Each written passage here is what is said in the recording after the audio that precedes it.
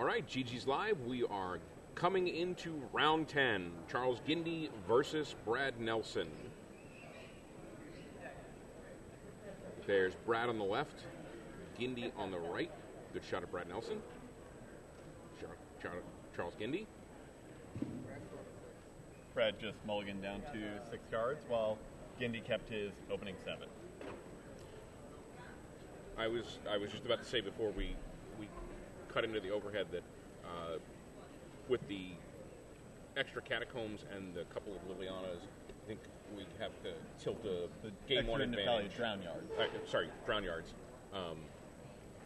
Tilt game one toward Gindy. I'd have to agree. Accepting bad draws, but now Brad a card down increases that advantage. Brad just mulliganed down to 5.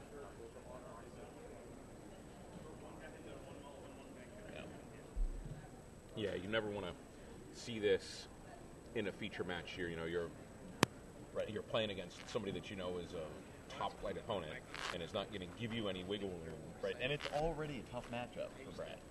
You know, again, despite the fact that they're playing similar decks, Gindy's 2 additional Nephalia Drown Yards are just huge here.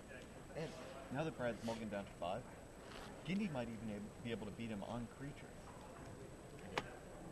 If Brad draws a lot of lands, then he probably won't have the answers that he needs. We'll see 3 lands there in his starting hand. That's promising. And to think twice. It's going to do a lot to help him draw out of this situation. Go. Think twice. Yep. Right, so now, yeah, it looks like Brad's got a handful of lands, but Gindy doesn't have any lands left over in his hand right now. But he drew. He didn't just draw land. He drew the best land in his deck, Nephalia Drown Yard. There's some question as to when Gindy should start milling Brad with Drown Yard, and when he should mill himself. He can hit things like flashback cards like Think Twice or Forbidden Alchemy. Yep. Mill. So, Brad just used Ghost Quarter to take out Gindy's Ghost Quarter. Go. And Where do you think he was headed with that line of play? left the Nephalia Drown Yard. Brad has his own Nephalia Drown Yard that he was hoping he could deck Gindy with. He has more lands in his hand. Figured that Gindy only has a couple of Ghost Quarters. He might get stuck on land. They're just going at each other's library immediately. But, again, Gindy drew the second Ghost Quarter. Really, punished Brad for his decision, which I think it was a very sound choice. Brad understands what needs to go right for him to win the matchup. He needs his Nephalia Drown Yard to live. He only has 2 in his deck. He had 1 in his hand. If he develops a mana advantage, if Gindy's a little bit, struggling a little bit, can't afford to Drown Yard every turn, then Brad can get ahead. Not the way things played out. Gindy found his second Ghost Quarter in time to just immediately take up the Drown Yard. And notice Brad's going to have to figure out a different way to win. Oh, and he just got his second Drown Yard milled, and he just immediately concedes. We noticed there Gindy left his Ratchet Bomb on 3. The significant threats to him, Liliana, he may assume Brad is playing Liliana. But the other, if Gindy already has abundance creature removal in his hand, he doesn't need to worry about anything like Consecrated Sphinx or Grave Titan or any other potential creatures that Brad can play. So not even let me have a race. All right, now going to make sure that I have an answer for cards that I couldn't otherwise Man, do. if this was only 2008. So 2010. You ran. when it comes to sideboarding, Gindy will most certainly bring in his additional Liliana. Well, and oh my goodness, so Gindy gets to go up to 4 Ghost Quarters. He gets to bring in 2 Surgical Extractions. He gets another See, I told you. Liliana, and he gets the negate. Whereas Brad Brad just now gets to go up to 4 Natalia Drown yards and bring in a couple of surgical distractions. But he doesn't have the additional ghost quarters. No. So again, even after board, Gindy finds himself at a big advantage. Now, Brad wasted no time in conceding that game. As soon as, his second drown yard was gone, lose versus win conditions, he knew he was just going to get decked. He wasn't going to be able to win on any of his creatures. All right, I want to make sure that we have enough time to finish this match. I'm just going to concede right now. Of course, there's a reason we play the matches, even if somebody has an advantage going in, one deck has an advantage over the other, things happen. Right. Players play, we definitely have to play them out all the time. And especially when they're players of this skill level. As we've talked before, great players find ways to win games. Right. More important, great players find ways to win matches. Brad knows, he might be able to play out this game. He might have some very slim chance of winning it. But he thinks that he's going to be able to maximize his chances of winning the match by just immediately moving on to game 2. He probably isn't going to win this game. It would probably take a long time for him to lose it if Gindy's just, milling him out with Natalia Drown yards.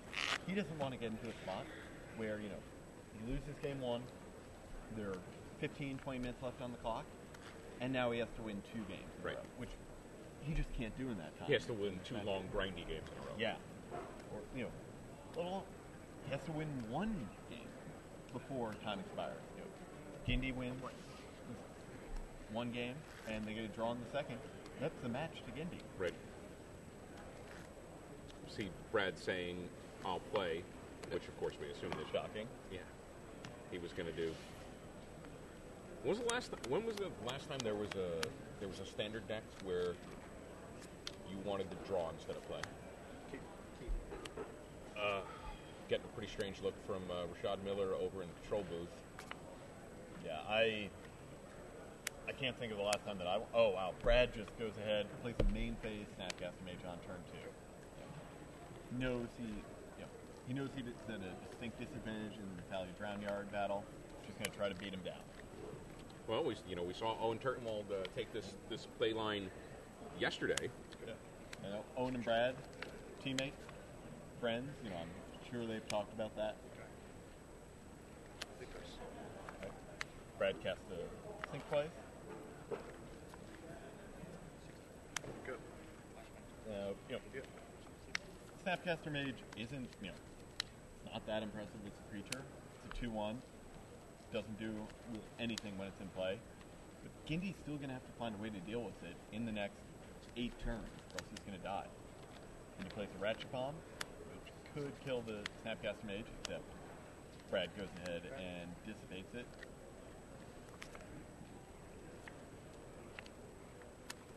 Brad attacks again, knocks Gindy down to 14, and tries for a Batter Skull. We're seeing some. Gindy does not have a mana leak, does not have a negate. Think twices, draws into a mana leak that he can't cast because he's tapped out. See some raw aggression from Brad Nelson. Again, wasting no time. He knows if things drag out, he's just going to lose to Drown Yard.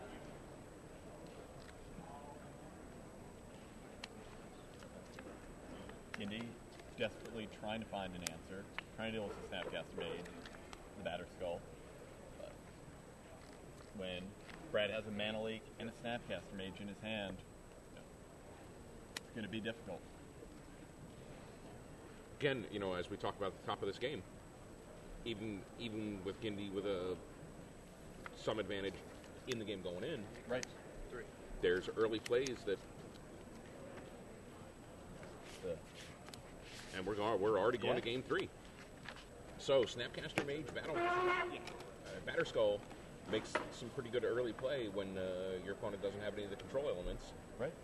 Gindy, last-ditch effort. He tried to play a Consecrated Sphinx. Brad, played another Snapcaster Mage, countered it, and he had lethal pretty quickly, actually. So we got plenty of time left on the clock to go to game 3. Oh yeah, especially given that both players are willing to do things very aggressively. So Gindy on the play here, making a different sideboarding choice. Is there anything that he might bring in or take out? Well, the thing, after he saw Brad's plan in game 2, like, all right, Brad is willing to just go beat down. Gindy's probably rethinking it. He's like, all right, I probably need to bring in some more removal spells. I don't want to just lose this way. If the game drags on, I'm going to win. I have 4 Nephalia Drown here. I have 4 Ghost Voters. I have inevitability. I just need to get to that stage of the game.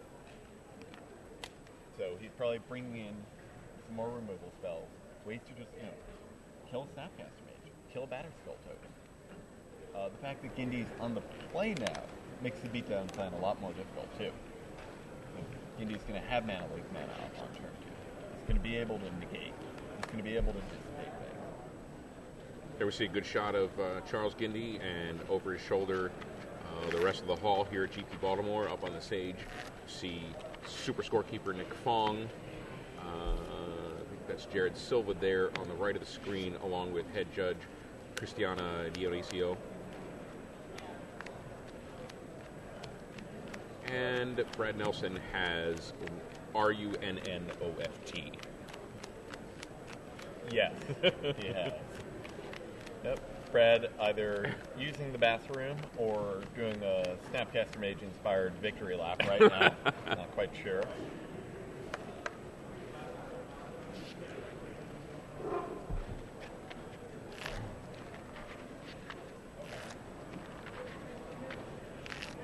I imagine he's Now, getting himself into the right mind headspace for Game 3. sure. So now, Gindy clearly making some more adjustments. Doesn't want a repeat of what happened in Game 2. When, is Brad going to make any changes? Knowing that he can't, knowing that he's on the draw, he can't. It's going to be more difficult to run the aggression plan. Yeah, and the Gindy's now aware of it. Huh? Tricks only work Gindy once. might have come into this game, the second game, Hey. expecting, like, all right, That's all you need, it's actually I guess. pretty easy match. I just need to, Did its job. I just need to hang out and to make sure that Brad doesn't stick any haymakers, and I'm going to be able to win every time. Yeah. Brad clearly wasn't trying to stick haymakers. He just wanted to get the pressure on the board as quickly as possible, protect that. Well, I think this is an example. Brad Nelson used an example of knowing what his opponent knows, right, and using it against them. I think we called it yesterday sort of judo magic, yeah, where you use your opponent's momentum against him. You know what you know the classic sideboard for the match, and make some maybe some risky calculations based on the fact of, well, he's going to take out most of his removal and especially his spot stuff. So going with the Snapcaster Mage beatdown plan, keeping in the Batterskull, seems like a good idea.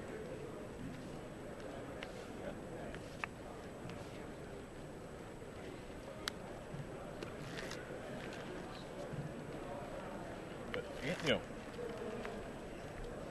Brad may have done that out of a sense of sort of desperation. Because he knows that Gindy has this advantage.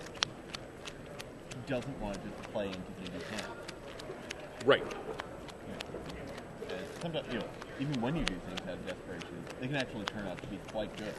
All right, I only have one real way to win this game. I'm going to go for it. My opponent's unprepared for it. If my opponent is leaning in a different direction, I'm going to win. Right. So we'll see how Game 3 of this match between two top pros, Charles Gindy, Brad Nelson. Blue-black control mirror match.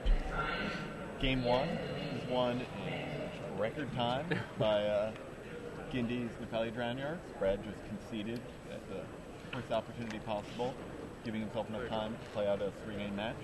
But Drownyard seems a little faster way to mill people out than the card that the mill strategy is named for, Millstone. Those decks seem to take forever to mill you out. I mean, Millstone only mills 2 cards versus Drownyard's 3, but you also have to wait for an opportunity to resolve your Millstone. You have to worry about disenchants. Oh, and Gindy keeps his 7, but Brad has to mulligan down to 6. Not a place he wants to be on the draw, facing Gindy's control, counter magic, and ability to take the upper hand relatively quickly. I think we should take to sort of compliment Gindy on his deck building decision. Gindy, plays a lot of Magic Online, sort of really has his finger on the pulse of things. He knew he was going to be playing against a lot of blue-black control at the top table, so he decided to just have the best cards he possibly could in the mirror. There is some strategy for players coming into GPs with buys on the decks they play, because they know they're going to start round 4 in the 9-point bracket, in the 3-0 bracket, which means they're going to play the decks that the other people that are doing well and have come in with the 3 buys are going to play.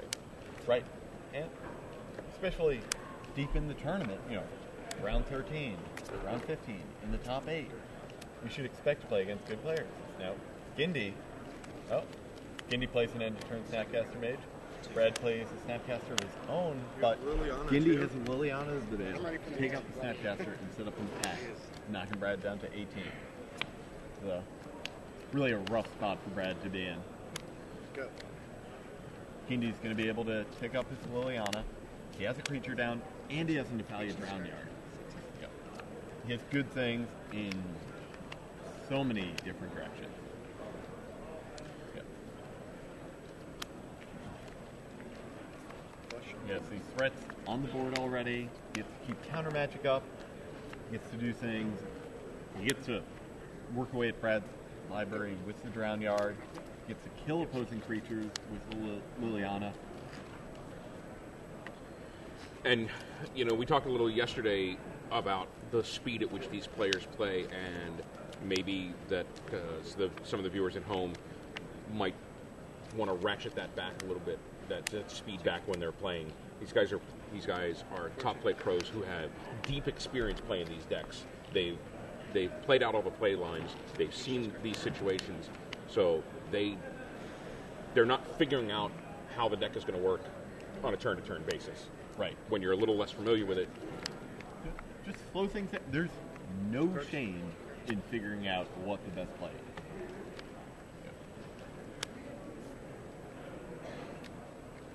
Brad tries for a Batter Skull, but Gindy has to dissipate. Gindy's going to attack again. Brad down to 12 pretty soon.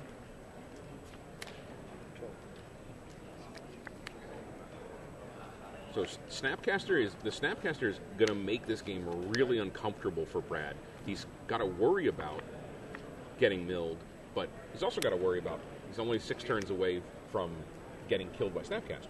Right.